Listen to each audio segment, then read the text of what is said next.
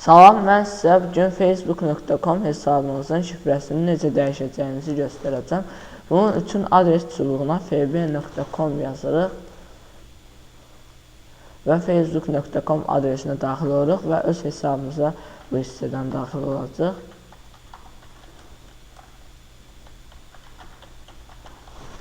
Və şifrəmizi yazırıq.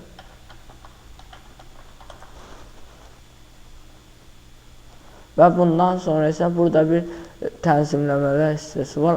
Aşağıya doğru çəkilə bilən bir hissədir və buradan biz tənzimləmələrə daxil olacaq və tənzimləmələrə daxil olduq və burada gördüyünüz kimi 4-cü sırada şifrə deyilən bir hissə var və biz bu hissəyə daxil edirik. Üzərinə klikləsəniz şifrəni dəyişəcəksiniz. Köhnə şifrəni yazırıq.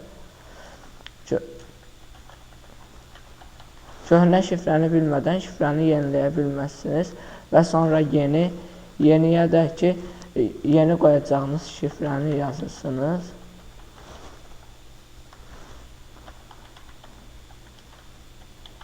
Və bura həmin şifrənin təkrarını yazmalısınız. Və şifrələr uyğun gəlir yazdıqda, deməli, siz şifrəni düzgün təkrarladınız və dəyişiklikləri yadda saxla hissəsinə daxil oluruq. Və burada başqa qurğulardan çıxılsınmı? Yəni, sizin hesabınız oğurlanıbsa, siz başqa qurğulardan çıxış